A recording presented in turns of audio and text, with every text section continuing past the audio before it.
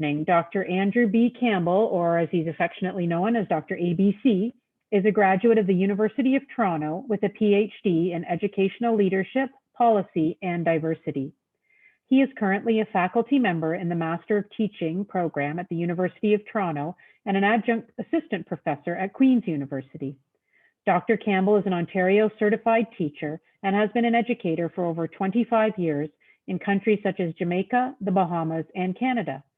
He has authored 2 books, Teachable Moments with Dr. ABC, A Spoonful for the Journey in 2015, and The Invisible Student in the Jamaican Classroom in 2018. His research and scholarship focus on equity, diversity, inclusion, racism, anti-Black racism, cultural competence, education leadership, 2S LGBTQ+ issues, and teacher performance evaluation. Dr. Campbell continues to present at various peer-reviewed academic conferences across North America and the Caribbean. He's a workshop facilitator, a motivational speaker, and has delivered several keynotes. Dr. Campbell, as you will find out, appreciates fashion, enjoys traveling and meeting new people, and equally finds pleasure in bringing his community together to share a good meal. And our family of schools had the opportunity to do a workshop with Dr. Campbell yesterday morning, and I think you are going to be delighted and energized, and we're going to welcome him this evening with passion and commitment, and we look forward to having him join us. So Dr. Campbell, over to you. Thank you so much. Thank you so much. Thank you so much, Dana. And thank you so much. Good evening, everyone. I know it's a special time. We are all at home. It's 7 p.m. and you have gathered here to have this conversation with us. And I'm very honored to be a part of this conversation. And I'm very honored to be your guest speaker this evening, as we talk about Black Excellence 365. I want to say really, really, really a big warm welcome to all the parents in the house. This evening is about you, your parents. Some of you, I know you may have your students, your children, with you, it's fine. If you can come on camera for a few seconds to say hi, to wave, that would be great. If not, that is also fine.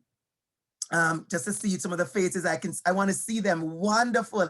I see mommy, I see daddy, I see people. Thank you so much for being here, parents. Thank you, big brothers, big sisters, auntie, uncle, nanny, Grammy, all of you. I want to say amazing welcome to everyone. This evening, as we talk about Black Excellence 365, I'm going to start sharing my screen. And as I talk about Black Excellence 365, it's even of motivation and even of reminding ourselves. It's important for us to take the time out to remind ourselves of who we are and our greatness and what we bring to the table. And I think a lot of times, sometimes we forget how important it is for us to be aware of who we are and what we bring to the table and what we bring to any space that we are in. And so this evening, talking about Black Excellence 365 is why I am very happy to be here. So thank you so much for having me. So Black Excellence 365, you know, somebody may say, well, Black History Month is over and we're doing this. And I want to let you know how intentional this was, that we're doing this event after Black History. Because what we want to do was to ensure that you didn't walk away with the impression that we talk about Blackness or Black excellence only during Black History Month. And so we don't want to perpetuate that concept. And so I'm very, very excited and very happy that we selected a day like this. And I told Dana when I was being asked, I said we could do any day in April, any day in May, any day in March. It doesn't matter to me. And I don't think it matters to most of you because Black excellence, as we said, 365. And so we want to be intentional about that. And while we are here to have this conversation, we're not going to spend the time this evening to talk about all the different things that are happening, because you know them only too well. And I do this for work. So every day I have workshops, every single day I do classes, I teach, I lecture, I do research, and it's all to do with Black excellence, Black history, anti-Black racism. We talk about the deficit happening in schools. We look about marginalization of our Black students, all the issues that are there. This evening, we are not focusing on that. Not that it is not important, because I want to make sure that we understand when we talk about Black Excellence 365, we share our entire story. And our entire story began long ago with our ancestors, way back in African Black indigeneity. And we want to go there, talk about that for a minute. But we want to spend our time to talk about our stories. My next slide you see is from the movie Wakanda. We talk about a place called Wakanda from the movie, right? And we talk about this a lot. And I want to say a minute. Why is it that there's so many students and so many persons when this happened, when we talk about Black Panther, the movie Black Panther, of course, the place is Wakanda, the imaginary place. But there's so many of us who saw ourselves here being citizen and living in Wakanda more than the places we actually live. Why was that? Why was it that many of our students and our parents and our teachers and our neighbors, they found more belonging in the idea of Wakanda and belonging in the movie than in your schools? And so I want to say a pleasant good evening to all the principals and the vice principals in the room. Superintendent, I see you, and I'm happy you're here to understand the message and to share in this message of affirming our Black students. So if anybody asks you why we are here this evening, why were we gathered? We came here this evening so we can affirm and remind, inspire our Black students to continue to that Black Excellence 365. And so for many of us, when we saw what happened in Black History Month, a lot of us, we say, we don't want to be a part of it because it's very symbolism, symbolism. It's about symbolism. But I want to say something to you. Bowman and Deal, this is an author that I teach here in one of my courses, says symbols carry powerful intellectual and emotional messages. They speak to both the mind and the heart. And so it's important for us to understand as persons the importance of symbolism. And what the symbolism that we have is a celebration and of Black History Month or Black future or Black identity or Black triumph, whatever you want to celebrate it as. But this is an important symbolism. You know, for those who don't know, I grew up in Jamaica. So I grew up around a lot of Black excellence. As a child, I knew I was able to become a star. My teachers were Black. Principals were Black. So many greatness. I grew up with so many examples of what Black excellence looked like. Jamaican, actors and singers, movie stars, athletes, medical doctors. Talk about Matt Sinclair, Sherry Lee Roth, Bob Marley, Usain Bolt. We have 3 Miss World. So for me, Black excellence has always been 365. But I want us to be very frank and honest about how Black excellence have been trampled upon and have been excluded and have been pushed aside and have been marginalized in many of our schools and many of our spaces we call home, we call community. And so the reason why we are engaged in this symbol of celebrating is because we want to ensure that we understand who we are. There are many symbols. First Nation headdress. You see an hijab. You see a church hat. You hear drums. You see voodoo goddess. You see voodoo priestess. These are all part of our traditions and heritage and rituals and values. And we have to understand that these are important. So for me, I'm going to share with you for the next couple of minutes. I want to share with you 11 tips. I'm going to share with you 11 tips of celebrating Black Excellence 365. I want to make sure I leave you with that fire, that reminder to continue the fight of our ancestors, and that, we're not in physical chain, but there's a lot of chains around us, metaphorically, figuratively speaking, and I want us to understand who we are. So I'm speaking to all the students, parents who are with us this evening. The first thing is know who you are. Tip number 1, know who you are. Many of our kids, many of our children, we can see that in school that they are struggling with their identity. They don't know who they are. On the screen, you see I put, I am my ancestors' wildest dream. There are so many of our children who do not know who they are. I want to say to the parents listening, it's your job, your first job, to tell our children who they are. Give them a strong sense of identity, a strong sense of self. Let them know you're beautiful. Let them know. I'm sure many of you may have seen a video, I think 2 years ago. It was all over Facebook about an hairdresser combing a little girl ear, and she was saying she was ugly, a little black girl, and she kept saying she was ugly. And it went viral. Who said that to her? Who taught her at that age that she was ugly? And so we have to know how to count the counter narrative. We have to know how to tell our stories and counter narrative to those deficit narrative, to make sure we establish to our students and to our Black kids who they are. They must know themselves. Many of us do not understand ourselves to be, and so what we do, we try to be accepted in so many spaces that are not ours. And when we do that, we continually feeling insecure. Your kids are feeling unsafe. We have a low self-esteem issue, and then their dreams are shattered. You know, I go back to a song of Whitney Houston.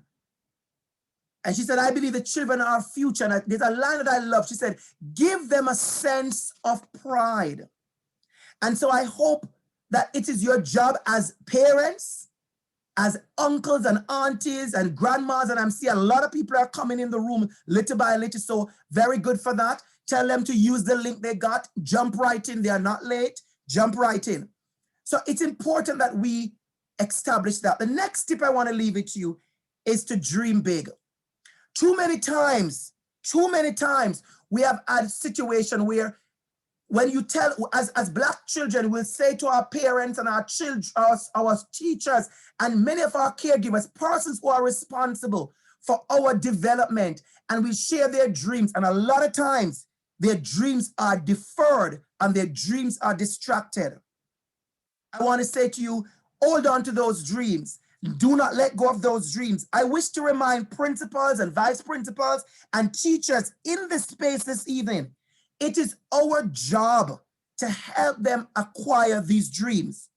Many Black students have had their dreams deferred and derailed by educators, let's be honest about that, who did not believe in them and did not have the open high expectation. So they were placed in spec ed and they were never selected for gifted and they were never selected for certain programs. And we have seen how some of these deficit, some of these unconscious bias and conscious bias have been operationalized in our school, and our students have been, many of their dreams have been deferred and derailed. I want you to teach your kids how to dream. Teach them how to dream. Myself, I'm a little boy from a community called Waterford in Jamaica, a poor community.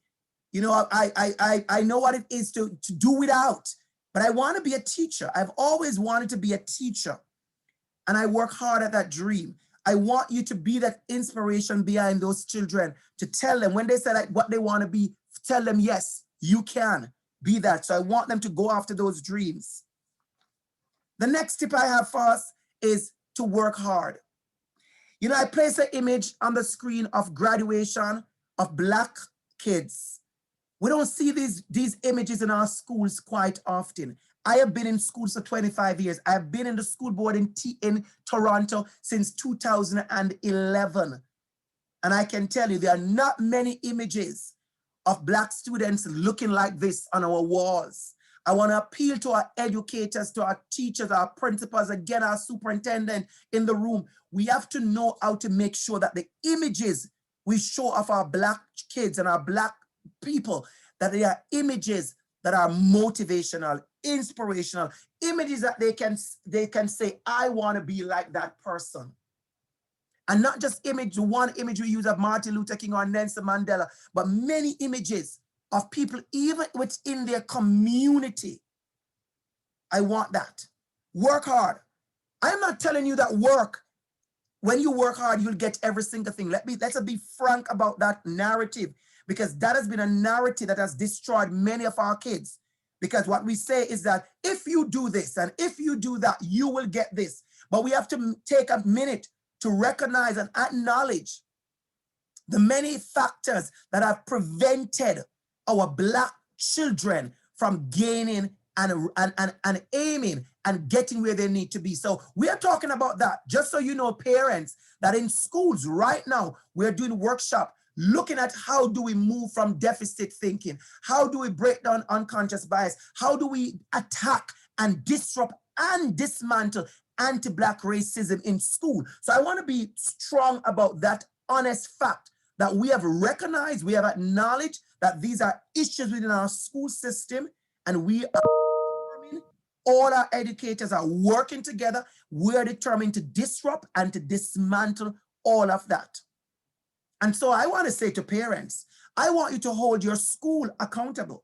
I want to tell you to hold your school, your principal, your teachers accountable when you see certain things not happening in the space.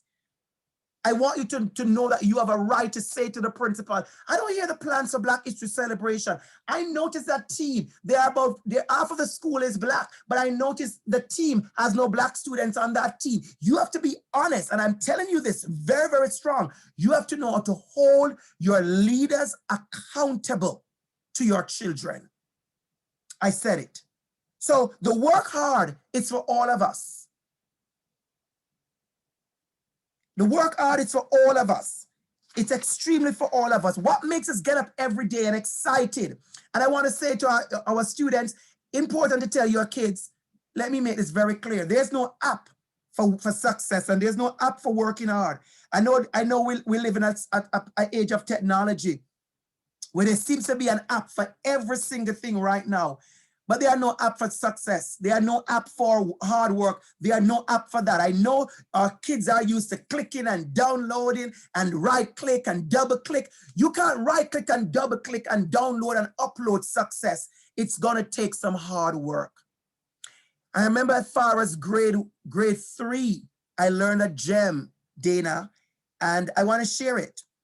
You know, it's by Wadsworth Longfellow, and it said, the heights by great men reached and kept were not attained by sudden flight, but they, while their companions slept, were toiling upwards through the night.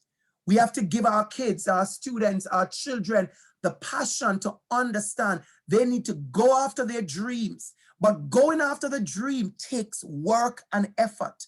And I took some time to share it with you because I want you to understand the importance of that. Because I think a lot of our children are losing that narrative. They're losing those kind of conversations. Nobody's having those conversations with our children about the need to work hard to get where you want to go. And it's still an amazing conversation to have with your children. The next tip is use your gifts and your talents.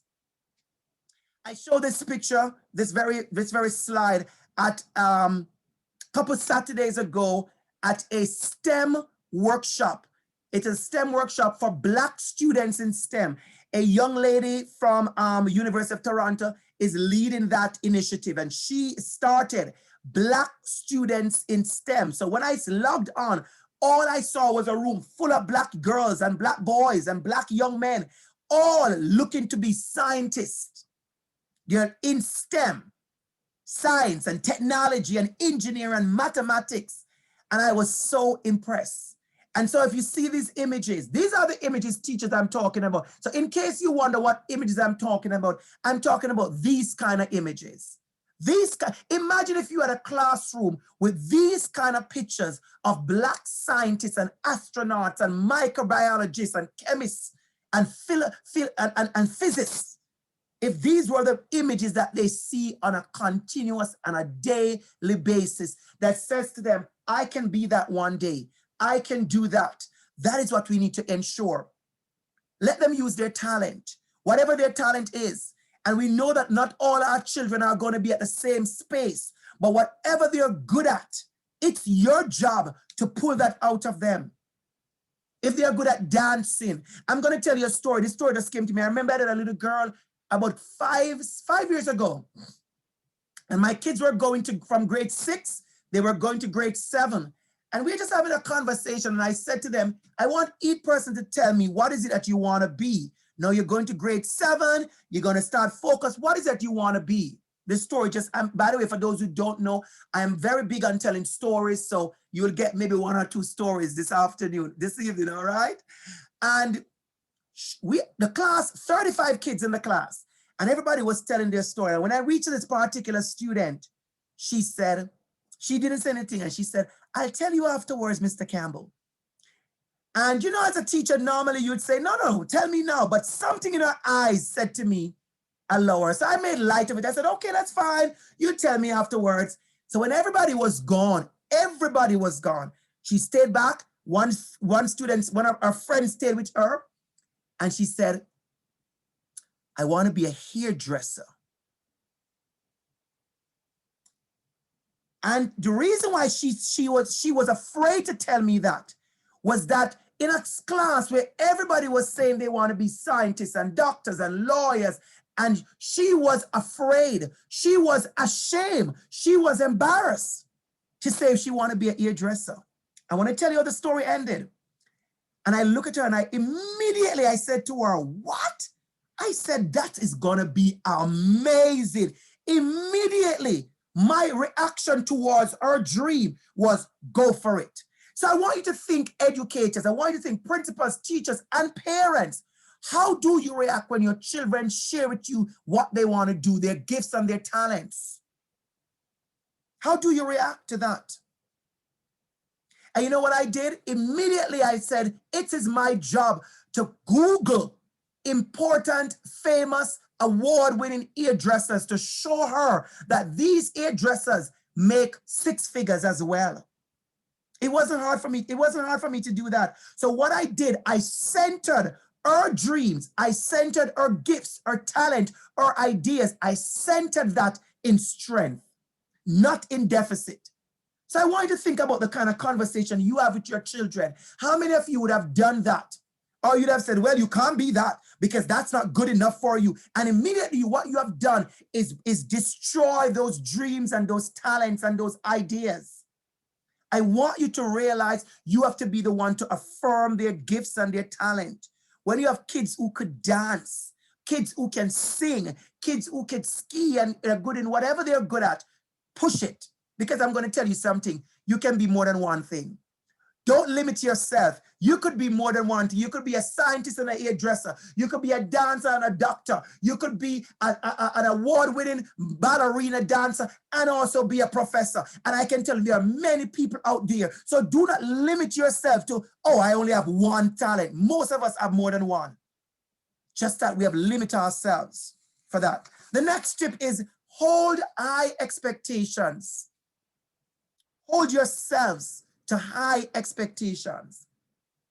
It's very important that I want them to hold your children to hold themselves to high expectation. I want to be this and I want to be the best at it and I'm going to work hard to get it.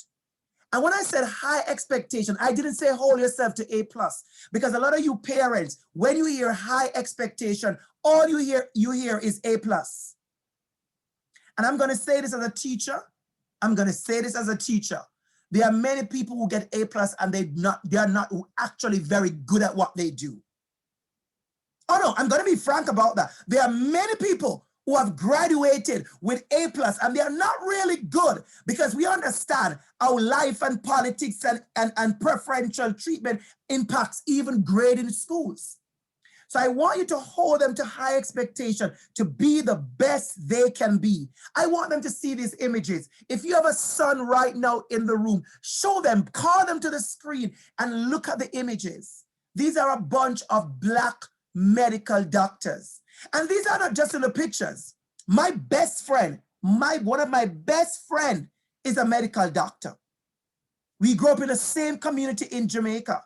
He's and not just a regular doctor, he's a chief. He's a chief of the staff doctor. What am I saying? Why am I saying that? I'm saying that because if you hold high expectations for yourself and for your children, then you work towards those. Do not let anybody tell you you cannot. Do not work on that. A lot of you have filled yourselves with doubt. You are full. You are full of, well, I can't do that. I'm going to tell you a story. In 2011, I started working for the school board. I shared the story with your teachers, so I'm going to share the story with you. Say, I shared with your teachers, I want to share it with you. In 2011, I started working for the Toronto District School Board, and I was placed, my first long-term gig, I was placed in a school in the behavioral class. And when I walked into that class, there were 6 or 7 students in the class. And most of them were Black. There were about 5 of them were Black, little Black boys in grade 5. And they would say to me, they can't do certain things. I remember my first time trying to allow them to write a story about themselves. I wanted them to write a story about themselves. And they said to me, we can't write stories. And I said, who told you that?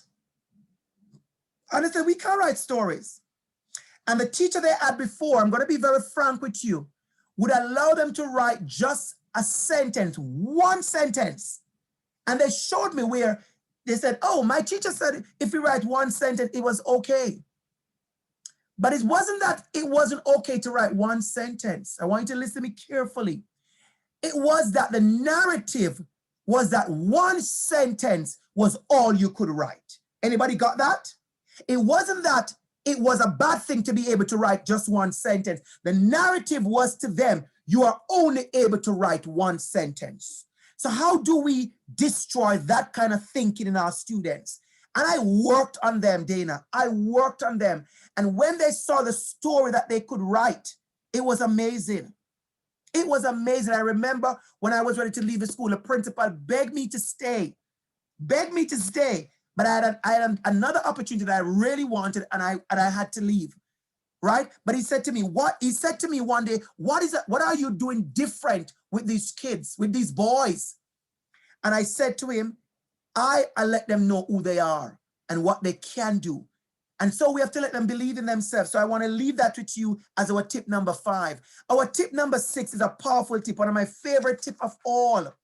I showed this to my teachers just on Tuesday. Surround yourself with good people. A lot of our students, a lot of our kids need good people around them.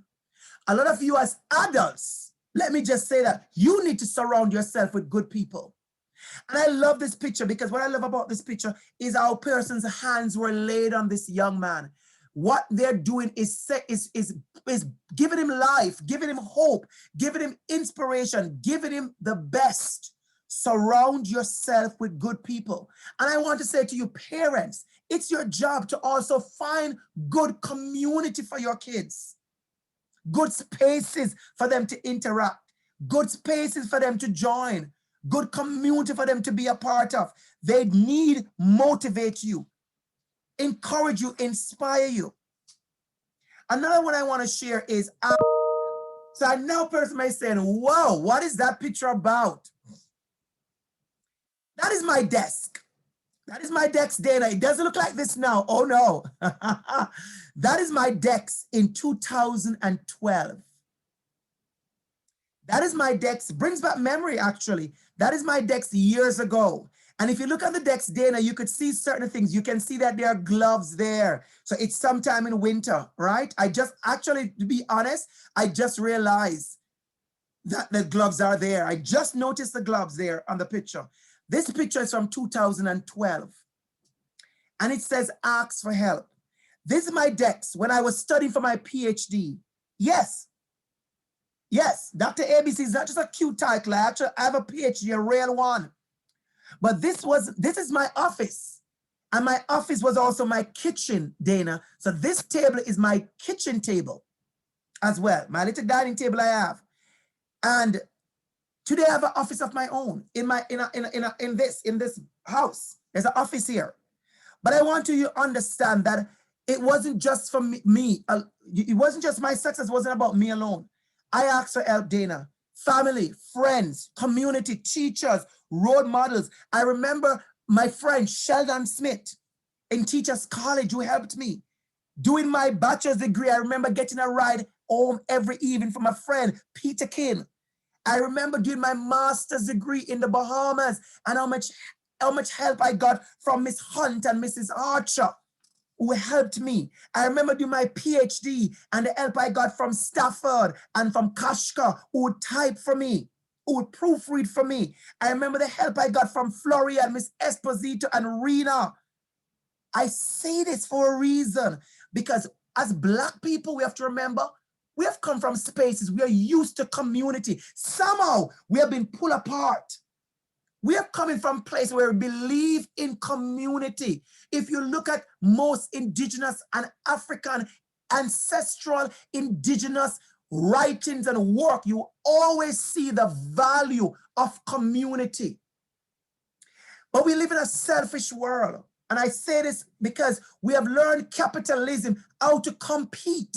What we have learned is constantly how to compete. And I see it. I see people compete with me with what I do. And it's a constant, let me try to be better than you, because we have been taught that you have to be the best. But what I think we have not been reminded of is that there are more than one of us that can be the best. There are more than one of us. And so we have to learn to ask for help. You will not always get the help, but you have to learn to ask for help. So I want to leave that with you. This next picture is one of my favorite pictures. We're talking about community. There's power in community. See the hands. Look at the little Black baby being lifted up by all those hands, carrying him. I want you to think about all the hands that will carry your child. And I'm going to be very frank with you, parents. I'm going to be very, very frank, and that's who I am. If you can't think of all the hands that will help you carry this child, I want you to really rethink your community and your family and your association. You should have people in your life to help carry your child. There's power in community. We are not made to be selfish. It takes a village to raise a child. We said it's an indigenous thought, you know. It's an indigenous thought, but these hands. So I want you to invest in community. A lot of us have this pride. I see it happening in a Black community where we feel like we have gained some form of accomplishment when we are the only Black person who live in a certain community. That is no accomplishment. Somehow we are being fed that lie. And so the less Black people around you, the more you have accomplished. I want you to learn how to find community. And why do I say that unapologetically? Because many of us children, when they reach to university and they get to be older, they are regretting and they are saying to their parents, I know this of a fact, saying to their parents, you did not give me this when I was young. You did not show me this. So when you are protecting them, I want you to be careful of the concept of protecting them from community. They need community. And in a world like this, I want you to remember the importance and the value of being courageous. On the picture there, you see the picture of Harriet Tubman, born into slavery,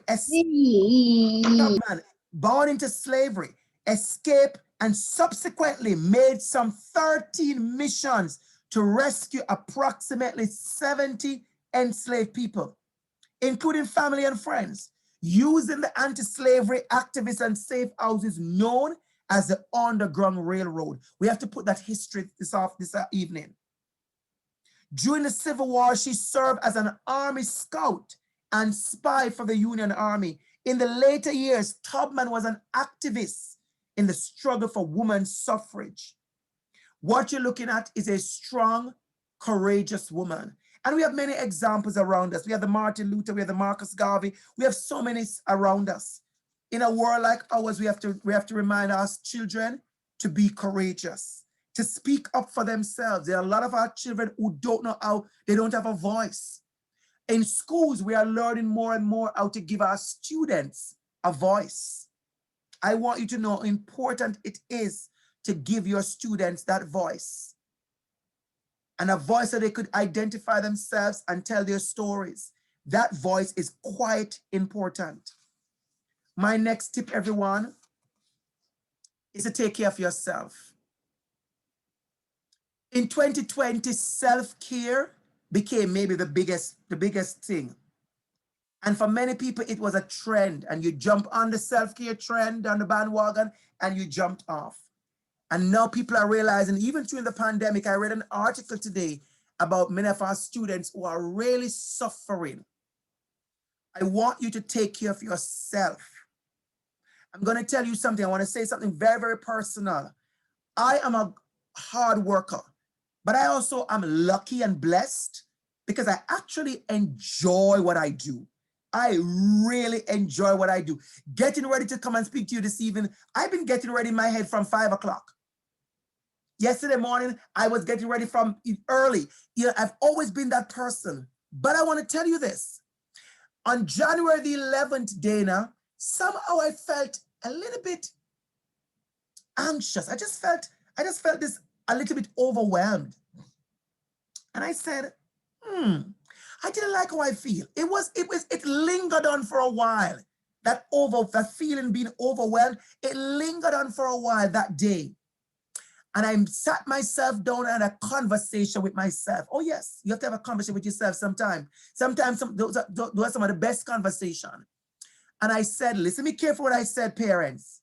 I said, what am I going to put in place to make sure I don't have this feeling or protect myself from having this feeling? And I'm going to surprise you with something. As busy as you think I am, and I know there are people who ask me every day, how do you do what you do? I cook a lunch almost every single day. I cook. No, I cook. I used to take lunch to work when we were going out, and I would cook on a Sunday. I would take that lunch Monday, Tuesday, Wednesday. I don't do that anymore. When I'm home, I cook. Today, I cooked a pot of fresh curried goat, Jamaican style, pepper hot. You should have been nearby, Dana, to get some of my lunch. Today, I cooked a pot of Jamaican curried goat. Why am I sharing that with you? I have figured out what are the self-care methods that I need to use for myself. Another thing I do, Dana, is I take my lunch break. And I'm used to not taking lunch. So you know, when I was walking up and down, going to university, I have worked through lunch many days. It's nothing to me. But I realized being at home every day, it's different. And I have taken my break. And when I take my break, I get up from the computer, I go into my bedroom, I turn on my TV, I watch TV, I watch music, watch music on YouTube, I eat my lunch, I relax. I even take sometimes some naps. You have to take care of yourself, your mental health. We're recognizing and acknowledging March. Yesterday we talk about Black Mental Health Day. We have to come to these grips. Even our children are going through mental health issues. Well-being is important. I don't think I could say this anymore. I'm going to tell you something, a story. As a child growing up, I had 2 pairs of shoes most of my life as a young child, Dana. You know, you had the church shoes and you had the school shoes. We know that. We had the church shoes and you had the school shoes. And I can tell you how we took care of our shoes. I have tons of shoes now. How we took care of our shoes. We would wipe it off, clean it, polish it, shine it, and put it in a nice space. I want to encourage all of us to know to take care of ourselves. Know when we need to be wiped off and clean and polish and shine, and when we need to put in a nice space to rest. Self-care is important. Love yourself. Be kind to yourself. I want you to teach your children how to be kind to themselves.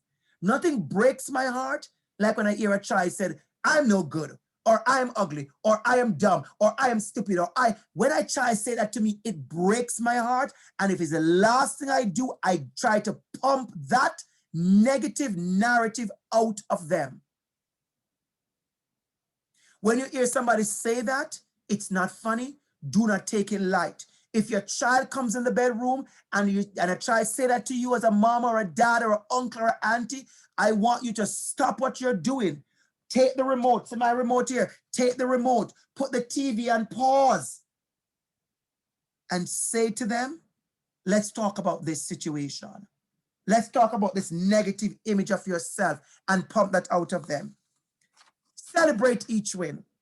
And as you grow as you mature, as you have your kids, if your kids are listening to me, I want you to teach your kids how to celebrate each win.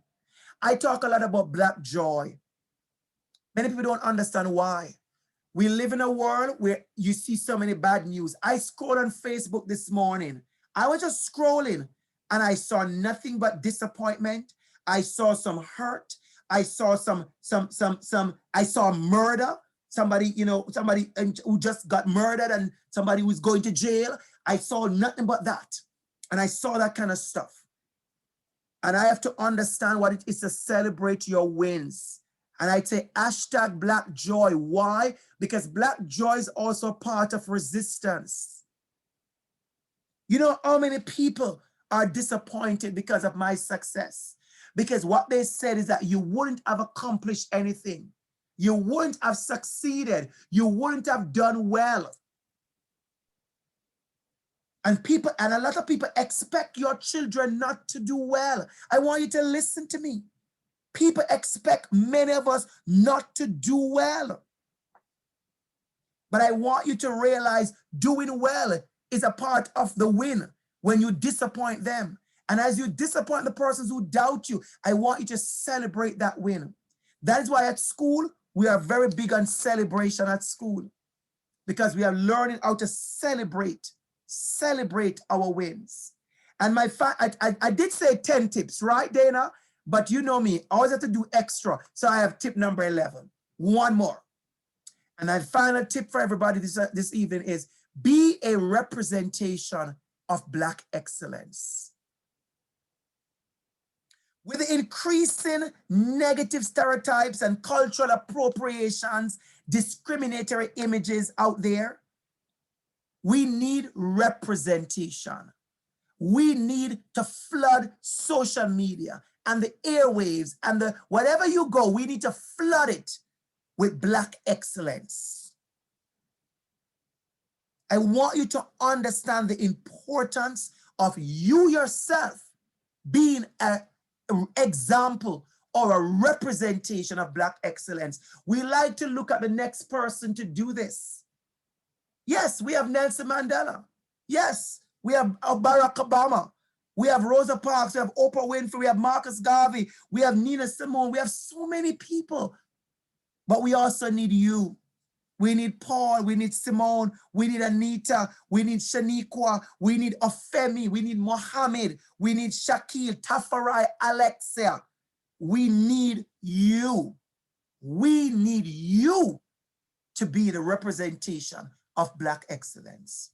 So thank you so much for joining us this evening in this quick conversation. And I hope this conversation this evening was a reminder to you. I hope you take one of those tips. I shared you 11 tips. You can't take all of them, but I hope you take even one of those tips. I normally say, take a spoonful with you, because sometimes a spoonful is all we need. Sometimes we think we need the entire bottle. We don't need it. What we need is just a spoonful. So I hope you was able to take a spoonful with you as we have this conversation about Black excellence. Thank you so much. Thank you so much for listening. I see the chat is open, and I know, thank you so much. Thank you so much. Thank you so much. Thank you so much. Parents, feel free to raise your hand if you would like to ask a question, or you can ask a question in the chat. We have so many persons with us. People keep joining with us. And remember the record, this is being recorded. So you'll have the recording. I'll be sending it to Dana tomorrow, and you'll have the recording to share with other families who are absent this afternoon, this evening. So it's a good reminder. Sometimes we need just a spoonful. So I hope you got that spoonful this evening. Is there any question? I see people are saying you're also from Jamaica. Thank you so much. Yes, big up Jamaica in the house, right? And if you're from other Caribbean islands, share that. I hate when I go and somebody say Jamaica, nobody will say where you're from. If you're from another Caribbean island, share that in the chat so we know where you're from. If you're from the continent, somewhere on the continent of Africa, share that so we know where we are from. And we are all living here, and we are celebrating that we're dual citizens and we are global citizens, from Jamaica to the Bahamas to now Canada. So thank you so much for that. Any question, you can go ahead and raise your hand. We can take a question or two. Dr. Campbell, it looks like there's, one here from Winisa. Where do we find Black Canadian excellence references? Wonderful. Right. Wonderful. Thank you so much for that question. So there's so many places you can find references. And I would actually say start with Google. Why? Because I started Google myself, right? And you can Google certain things. So you can actually literally put that in Google, Black Canadian of Excellence or Black Excellence. You can put that. If you put those things in Google, you'll find it. On Pinterest, for those teachers and educators who are listening to me, the other day I posted quite a bit of those images and somebody inboxed me to say where I got them from. I got them from Pinterest. And what I did was literally put in Pinterest, I put in Black Excellence or Black Instrument Celebration. So I want you to do that. I want you to do that. I want you to do that. Thank you, Daniel. I see all those comments. So you can see those references. Something else I want to say about references, Dana. Let me address that some more. I'm trying to look around, but I don't have it beside me. I want you as parents to think about the things that you are feeding your children on. When I say feeding on, they need to see themselves in a Black excellence. So let me give you an example. Growing up in Jamaica, when I grew up long ago, right? So I'm not as young as I look. I keep on telling you all that, right? But my storybooks, I want to tell you this. I read every single fairy tale, I think, before I was 10. These were the books I got in school. So I know Jack and the Beanstalk, Rapunzel, Thumbelina, Three Little Bears, every single fairy tale you can think about. I read them before I was 10. When I was 11, I was reading, I think there are 54 or 55 Hardy Boys and Nancy Drew in the series. I have read maybe 50 Hardy Boys, 50 Nancy Drew. I have read maybe about 25 Bobbsey Twins. I read the entire Enid Blyton. Anybody remember Enid Blyton series? Naughty, I see you, Wendell. I see your hand. Amelia Jane again. Mr. Medal Muddle, Mr. Medal Muddle, all those things. I was fed on, listen to me carefully, parents. I was fed on stories that I had no connection to. So I was fed with things like, petticoat and undercoat and underbrella and overcoat and gloves and mitten and croissant. All those things I never experienced until I came to Canada, but I read them in books. So yes, books can take you places, but here is a point I want to make about Black excellence reference. As a parent, you should remember to purchase books for your children that have images of themselves in it. And I think a lot of us, we are not doing a better job at that. I have a niece, I have niece and nephews, and I have a goddaughter in the Bahamas. And I could tell you, I have other kids here that they call me Uncle Andrew. I could tell you, when I buy books for them, 5, 6, 7 storybooks, it's all Black images. And you may say, but they need to have they need to see all books. Guess what? They have enough of all books. Trust me, we don't have a shortage of books with other images. What we have a shortage of is books with their image, with Black children in the books. And so when I find a book with a Black ballerina and a Black whatever, I buy those books. I have a stock of books in my Amazon cart waiting to purchase. When I go back to the Bahamas to look for one of my friends in the Bahamas, I have a little goddaughter in the Bahamas to bring books for her again. I brought some before, I need to bring more. She needs to see herself beautiful and in book, storybooks. So those are references we need to understand. Very, very important. Dr. Campbell, there's another question in the chat. It says, what advice do you give to a Black student who feels put down by his teacher constantly? That's a big one. Thank you so much for that. Thank you so much for that. What advice do I give to a student, a Black student who feels constantly put down by his teacher? So here's what I'm going to say. I want to say to that student, I want to give him the courage and the power to advocate for himself, but I don't want to do that. What I want to do is ask for the community and the parents to advocate for your kids. So I want a child like that to ensure that he tells his parents how he's feeling. And I want the parent to understand, listen to me carefully, parents, the urgency in trying to go to that teacher to say, my child feels this way. You're not attacking the teacher. You are having a conversation with the teacher. I've been teacher for 25 years. I could tell you, you'll be surprised. Let me be frank with you. I have a parent one year who came to me and she said to me, my daughter thinks you don't like her, Mr. Campbell. My daughter who do dancing with you thinks you don't like her. It made me sad because I love my dancers. I know I'm a little bit strict. I may be a little bit more rigid than other, and I may be a little bit hard on her. But the fact that she said to her mom, I don't think Mr. Campbell likes me, that was a need for urgency for me. So when she came to me, I'm being very frank about this, the first thing I said to the parents is thanks.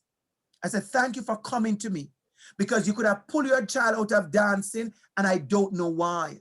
I said, thank you for coming to me. Now let us talk about it. And I find the reason why. She said, I'm going to be strict on her. I call on her a lot. I make her repeat the dance a lot. I pushing hard on her. And so what I did, I was very aware that this child felt that way. And so what I did, listen to me carefully now, I was intentional about how I dealt with her moving forward. I was intentional. I was aware that she's feeling some form of bias from me. Whether it's real or perceived, the child is feeling it. And we have to learn to honor people's feeling. And so I started to do intentional things to let her know I am mindful of her. I started to make sure I offer compliment, I offer affirmation, I offer those things. You have to learn how to engage with children when they feel a certain way. And you have to make, we're the bigger person. We're the winners, we're the bigger persons. We are the bigger persons in the room. Teachers, so I want you to say, teachers who are listening to me, don't feel bad and don't feel offended by that. But parents, you have to advocate for your child. And it's not a confrontation. It's simply saying to the teacher, my child comes home and this is how he feels. And I hear you what you said, Sheila. You said a child's perception is their truth. And you know why I value your comment, Sheila? Because the child is acting on it. Can I tell you something? Do you know how many kids in school do not perform well? Because they think the teacher don't care if they perform well. So they don't even realize they're hurting themselves. They just believe, I'm not going to do well because she doesn't care. And that is why I am so big on letting my kids know I care, because I want them to do well. Okay, we've got a few more questions coming in here and I'm going to try to hit them all. How does the notion of white supremacy affect young Blacks psychologically? That's a very heavy topic and a very big one and a courageous one, and not one we're going to shy away from. White supremacy is real. We have seen all of these implications around, and how it's going to affect them psychologically is because just like when we had anybody heard my Jamaican dialect just jumped out? Anybody heard that? Anybody heard my Jamaican dialect? I said, just like when time. Oh my God. I love it. I love it. Dr. I saw when you laugh. You saw that. You saw that dialect just jump out. That's me. I'm Jamaican. That Jamaican dialect, you can't hide it. And I love it. And that's something I tell the teachers. You have to learn how to celebrate our kids' identity. Celebrate who they are, man. Come on now. Celebrate who they are. Now, let me get back to that response. So when our children see what's going on around them, there are many stories of Black children who are scared. I remember a story, a little boy asked his mom, he said, Mom, are they going to shoot me? Are the police going to do this to me? And they were scared. You have to have parents, you have to have those conversations with your children. You have to explain to them that we live in a certain world where there are people, and according to how old they are, you have to know how to moderate the language. So if they're at 6 and they're 7 or they're 9, you have to know how to have the conversation with them, to say to them, there are people who are not so nice. There are people who don't love us because of different reasons, and you have to have those levels and layered conversation with them. Sometimes what we don't want to do, as parents, I think some of us, we are scared to have those conversations. We have to have them. And I want to say to you, more and more teachers are being equipped to have those conversations, because you know what? We never used to use the word white supremacy in school. We never used to call those words. Now we're calling them out. Now we are normalizing those words. And so there are teachers who are using those words. You see them on blackboards and you see them in schools now, because we are learning that if we don't name it, we can't repair it. We can't fix it. What are you afraid of? Oh, it's a word we don't want to say. No, you have to say it. There is white supremacy and what it looks like, and how it. You say to them what it looks like, how it demonstrates itself. You can give them little examples of that, and then you also say to them about the good around, the allies who are around, the neighbors and the community that they have. So you also end that conversation for letting them feel safe in what we have around us that we are prepared for them to feel safe in. So it's a layered conversation, but you start from there. Absolutely, it's a start to have. It's not a conversation to be afraid of and to be scared of. And let me just say this one more thing before we go to the next question, Dana. There are resources out there that are teaching parents. I found a resource out there. I'm going to see if I could find it and share it with Dana. Teaching parents how to have those conversations with children at different levels. So there are ways. I'm going to find that resource, Dana, so if I could share it with you, and you could have shared it with everybody as well. How to have these conversations with, how to have courageous conversation with your children. Absolutely. Perfect. Absolutely, I can share that out. Yeah. Only one more? I thought we had you till 8:30. No, not 8:30. So we got a few more questions, and the dog just started barking. Let's go ahead. Definitely. Okay. Let's go ahead, Dana, please. What advice would you give to young Black girls with low self-esteem and self-worth? Thank you so much for that question. It's a big one for us. It's a big one for us. And that's why I go back to my first tips. Remember the first tip I talk about understanding self. The question was, what do we do with our young Black girls who have low self-esteem? Here's something I want to talk about. You see, when we don't build our students' self of identity, when we don't give them a strong self of identity, they do not feel safe. When they do not feel safe, they do not feel a sense of belonging. Let's go back, everybody. Many of us know Maslow need hierarchy, but if you don't know it as a parent, I want you to type that in your Google for me. Type it in your Google. Maslow, M-A-S-L-O, Maslow need hierarchy. Once you type Maslow need, you will see the word hierarchy come up. And I want you to go to images. And let me see if I could do that while we talk, because this is a good teachable moment for all of us. Let me see if I could find one, actually, Dana. Yes, you don't need to find it. I'll find it, everybody. Let me find it myself. Let me go to the images. Let me find one for you. So let me get back to the screen and let me share my screen at this time, everybody. So what you're looking at there is Maslow need hierarchy. And that there talks about the psychological needs at the bottom there. But I want you to see the safety needs, the needs for safety. Now look what is above that. You see love and belonging. Our children need to understand who they are, absolutely feel that they're loved. You have to tell them who they are. They have to grow into who they are themselves.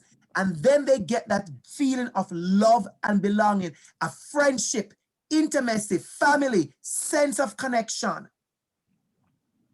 And look where self-esteem, look where esteem is at. It's above love and belonging. So many times, we see people struggling with belonging. And when you struggle with belonging, you're going to struggle with self-esteem.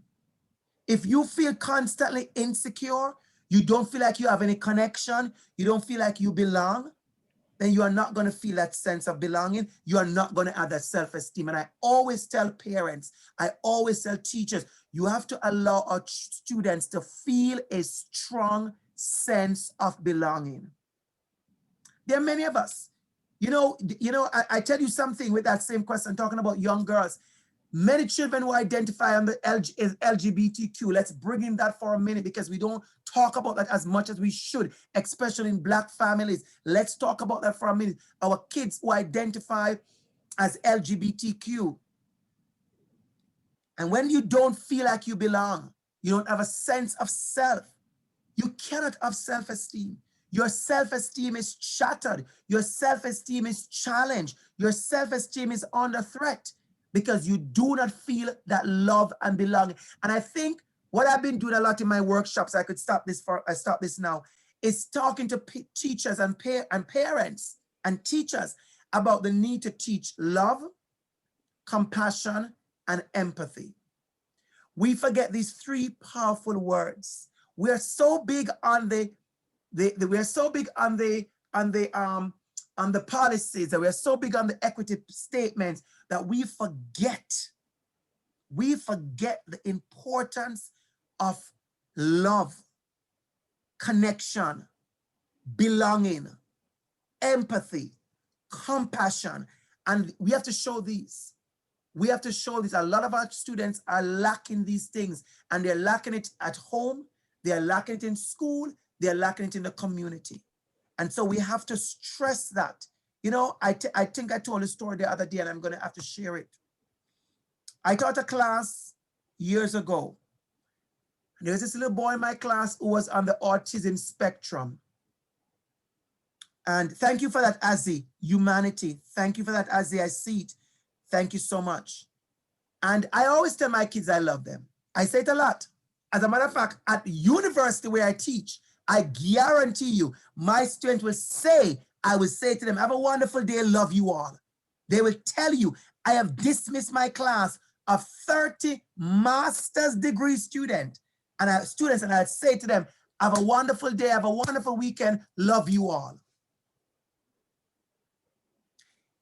And in that class, in my class in grade 5-6 split, I say that to my students all the time. And I remember near to the end of the school year, when my child who's on the autism spectrum, he came up to me and he said, Mr. Campbell, I believe you. And I looked at him and I said, what is it now? And he said, I believe you love us.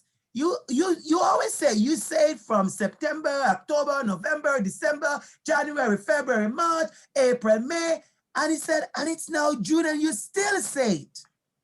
What does that say for you? I was very emotional when he said it.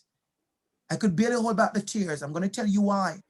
Because a child, my kids, my students, they knew that the love I had for them was genuine, it was real, it was consistent. We have to realize those simple images. We have to realize those simple images of our Black girls, talking about our Black girls, to know they are loved and they are beautiful. I have another story I want to share. I talk about sense of belonging. I was at a school. And these little Black girls passed the first time they met me. I saw three of them. I was three of them, I think, and they run past and they came. They had African braids, really beautiful braids. And the truth is, they had braids that I've never seen so beautiful, because, you know, you don't see a lot of little girls with extension braids. So they wasn't just little regular braid, they were extension braids, beautiful.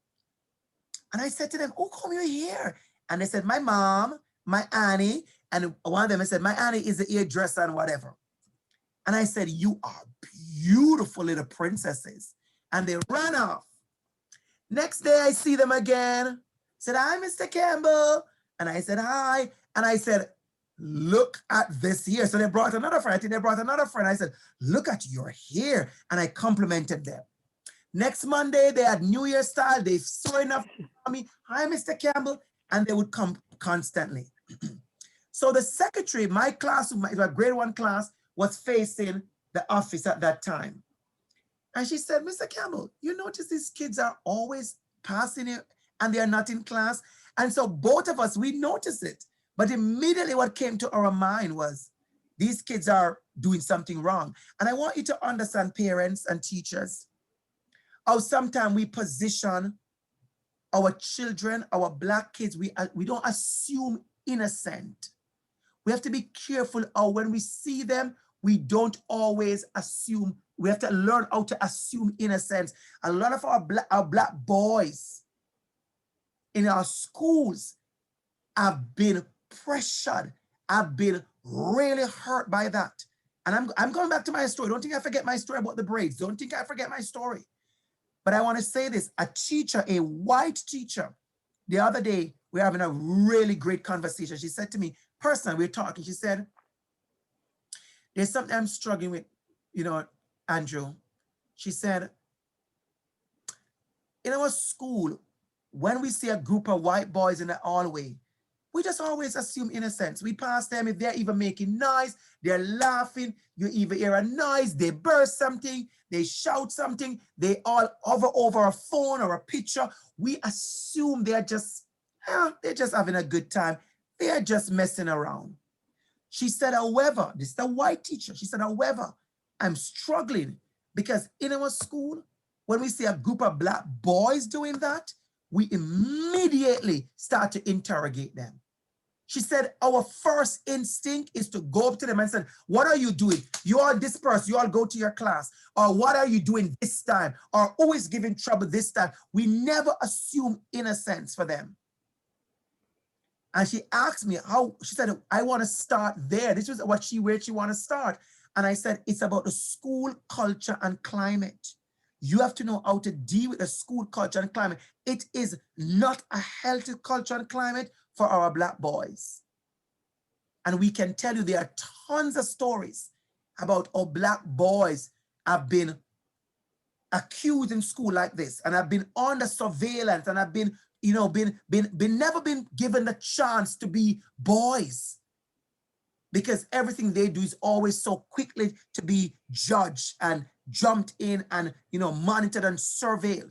So I want us to think about that. Getting back to the story with the little girls. Why I share that story? Because we, even me as a Black teacher, we come into school and we have seen this kind of wiring. And if we're not conscious, we get into the same culture and climate, which is toxic for our boys and girls. And so we met outside. I was at the front of my class. She was at the office. And we said, let us figure out what's going on. And all was happening when we questioned the girls, because of course we found them, was that Mr. Campbell says the most beautiful things to them. And they're passing every morning for their compliment. They're passing every morning to be affirmed. They're passing every morning to be motivated. They're passing every morning to be told they're beautiful, to be recognized, to be identified, for someone to say, I see you. And this may sound very simple to some of you, but I'm telling you, this is a fact. Many parents will tell you their kids will come home and say, my teacher does not even see me. Kids say that. Kids say that. So I want you to understand as an educator, how important it is. How important it is for us to see our students. Sad to say, this school, I won't tell you the name of the school, but this school had a 90% Black racialized kids, and the staff was 90% white. What am I saying? I am saying to teachers and educators, we have to learn how to see Black kids, see Black children. We have to learn how to celebrate them, how to celebrate all parts of them.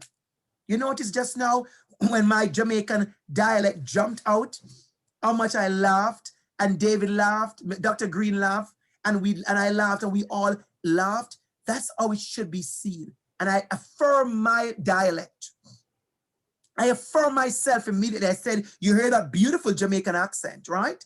I affirm myself. But I'm going to share something with you. In 2018, January, I was a keynote speaker in Kingston, Ontario.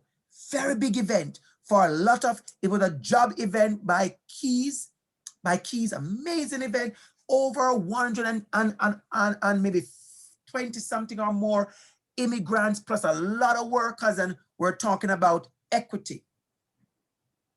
And I put up a picture of some suitcase on my screen. I had 3 red suitcases. I came to Canada with 3 red suitcases. So I showed them a picture of the red suitcase, and I said to them, tell me all the things you brought in your suitcase when you came to Canada. All the things, metaphorically, physically, and they list, you know, their books, their qualifications, their education, their family, they list their hijab, their turban, their African garment, they list their traditional music, they list their traditional dance, their food, their curry, their jerk, their spice, their song. They list everything you could think of. And then I said to them, I gave them a link and I said, click on it. There was a live link on the screen.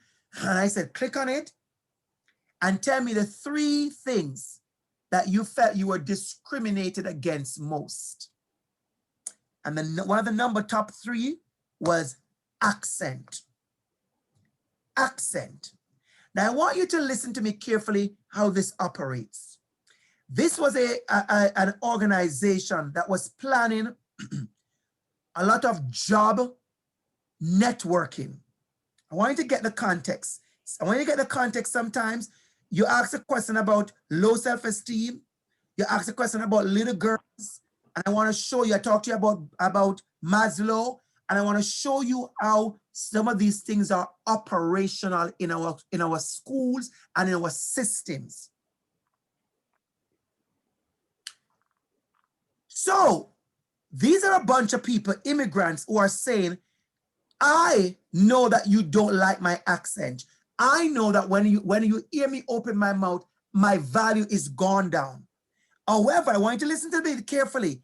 These are the same people who are being invited constantly to networking events where they're supposed to have a glass of wine in their hand and speak to people. And when they saw it on the board, one of the facilitators, she looked at me, she said, wow. She said, no, I get it. She said, sometimes I have to force people to speak.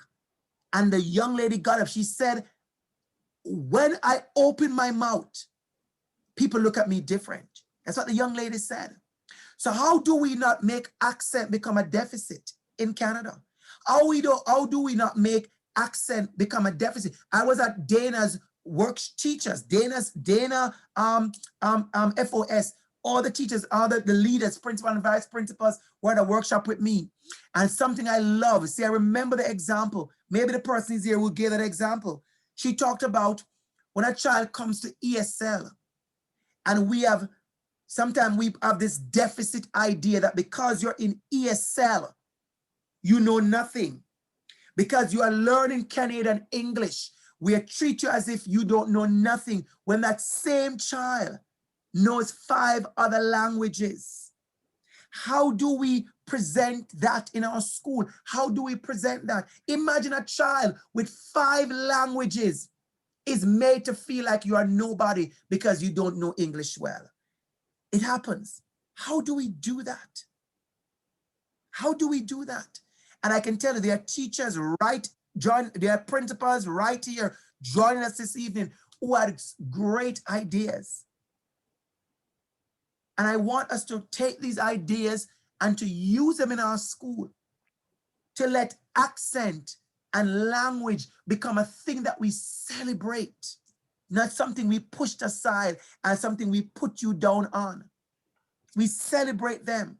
So that self-esteem issue is big. We have to celebrate our students. I hear somebody said, we have to make sure our children are heard. Thank you, Roxanne, for what you just said. We have to make sure, we have to do that. Thank you, Tricianne. We have to do that. So thank you for those. Absolutely, absolutely. Go ahead, Dana. Let's take another question for sure. We actually have until 8:30. Yep. I think I can answer the next one fairly quickly. It says, yes, what please. happens when it's not a teacher, but a principal that displays racially insensitive Go behaviors? ahead, Dana, please. How would we even initiate the conversation with whom? And so I would have 2 suggestions for people. You can certainly reach out to myself, who could answer that or look into that for you and hope to make some positive change there. And we also have our trustee, David Green, who's with us tonight. And we have another trustee as well who represents our ward. And so trustees are often a really good place for parents to reach out to and have their voices heard. And then I could say, let's say, for example, you didn't feel comfortable reaching out to me as the superintendent. You could certainly reach out to the communications department in the board. You could reach out to the director's office. There's lots of different places to reach out to. So please don't not reach out. We want you to do that. There's another question here. What advice do you have for Black children who are trying to feel represented in a non-diverse classroom? Repeat that one for me again, Dana, please. What advice do you have for Black children who are trying to feel represented in a non-diverse classroom? In a non-diverse classroom. Is that a classroom where most of the kids are Black? Is that, or is a classroom? I'm thinking maybe they're maybe one of the only Black children in the classroom. Only Black students. That's how I'm interpreting it. So yeah, that's all. Yeah, you can interpret it 2 ways. Thank you so much. Yeah. Yeah. You know, I have seen that happen quite a bit, and I've had parents actually ask me this my opinion. And I said to them, you have to create opportunities for your child, listen carefully, out of school to also to establish and to reinforce their identity. And I want to say this to parents, there is a little thing going on, I see it happening, thank you for that, where I see parents will send a child to a school where the child is the only Black child in a class. I can tell you something, or the only, you know, one or two Black kids in a school. And sometimes it happens, sometimes because of, you know, levels. You know, I see very well-to-do Black families, it happens, and the child struggles for the identity in that space. There's two things happen. Sometimes the child feels very much apart, no issue. And soon as the child leaves the safety of that private school or that small school or that space, the child realizes that they have been disadvantaged because they have been unexposed to their own identity. It happens a lot at university. Thank you for that, Dr. Green. It happens a lot in university where students come to university and all of a sudden they are realizing there's a world out there other than the one they have been given, and they are not white, they are Black. Sometimes when they go out in the wider world, somebody remind them that they are Black, and sometimes it's very, very aggressive because they are used to taking on certain behavior and identity that is not theirs. And so we have to be careful. My thing is we have to always teach our children who they are. You know, I know we have this thing going on. Many parents may have done it. Well, I don't see color. You know, I don't see color. Color is there. Color is there. We have to see color. We have to see color. And if you don't see color, then somebody else is going to see color. And let me just say to you, our kids know color from early. I have taught kindergarten many times. I could tell you, they know color. They have come to me to say, what color should I color? I have a children in kindergarten and said, Mr. Campbell, what color should I use to color you? In school, little white kids have come to me, what color? And I say to them, you're going to use this crayon. I give them the brown crayon, the dark brown crayon to use this crayon. Or I say, you can use the black crayon as well. Now I'm sure you heard the excitement the other day that Crayola in 2020, Crayola have finally made a whole range of color from black right down many shades of brown and dark. It's all, you can Google it. Crayola found in 2020. That's how long Crayola took to make enough colors so all our kids could color themselves. So in a school like that, I want you to find opportunities for your child to affirm their identity. And I see it happen a lot. I see when they come to university, they are lost because somehow they realize they're in a wider space and they are not the only Black person in the building. And they realize Black people are being treated a certain way, but they were so protected in their school where they were the only Black child. You know, it's not healthy. And I use that maybe a strong word. It's not healthy. You have to affirm your kids to know their identity. And I think a lot of parents, Black parents, you know, have done that, whereas as if you want a child to feel like they are different and they're better, so they are no longer Black because they're better. You know, that's a strong, I know it's a deep conversation for some of you, but I know it has happened. And somehow it's as if the less Black people I have around me, the more value I have. And some of these narratives are deficit. You can be amazing. You can still be amazing and still be around your community. You can absolutely still be around your community. You know, something I said to you, I see you shaking your head, Dr. Green. Let me tell you something. When I came to Canada, I'm going to be very frank about this. It was very easy for me to be all around white people consistently. I worked in an organization where myself and the other person were the only Black person. I work in a school where I was the only Black teacher. And my friends became white friends quite easily. Mom. Right? Don't worry about it. It's fixed. But immediately, I started to seek out my community. And I'm going to surprise you. When people look at my social media, my Facebook, I have had people who ask me, how you always have all these Black people around you? And I've been honest. I said, because you have to nurture your community. But I've gone to many spaces. If you look, I've been to cottages. I have white friends, but I have to nurture my own community. I have to affirm my identity. It's important we do that, and it's important we give our kids that. And I come back again to the self-esteem. It comes back again to the belonging. It comes back again to the affirmation. It comes back again to the aggression we see and the microaggression when we don't know who we are. We have to affirm our children. Let them know they're beautiful, they're amazing, they're great, just as they are. And the teachers, it's your job to affirm them as well. So that is it, really. Thank you so much for those questions. Some really good questions. I see some great comments and suggestions and sharing in the box. Keep it coming. Absolute good stuff. Good stuff. So I want to honor our time here tonight, and Yes. I think there's a couple of posts in the chat that can kind of help sum some things up here. Yes. One says, my son has just expressed to me the other day feeling like teachers always think he is wrong. And somebody else has said, teachers need to also listen to our children when they speak up to explain themselves or a situation. Yes, A negative reaction or response can bring them down instead of building them up, and they may never want to speak again because they are not heard. Oh, absolutely. Absolutely. Absolutely. And so I think for us as the educators here, those are lessons that we need to improve upon, and we need to help our teachers improve upon those. Yes, yes. And one of the things you said early in your presentation, Dr. Campbell, where you said, we need to hold leaders accountable to your children. And I'm sort of at the hierarchy of this in terms of being the superintendent, and with lots of absolutely wonderful leaders at my schools and fantastic teachers. And I want to share with people this evening that part of the reason that we're doing this work is because we do want to be held accountable, but Yes, and we need you to reach out to us and tell us when we're not, and Yes. tell us when we're having trouble, and tell us when we need to do better.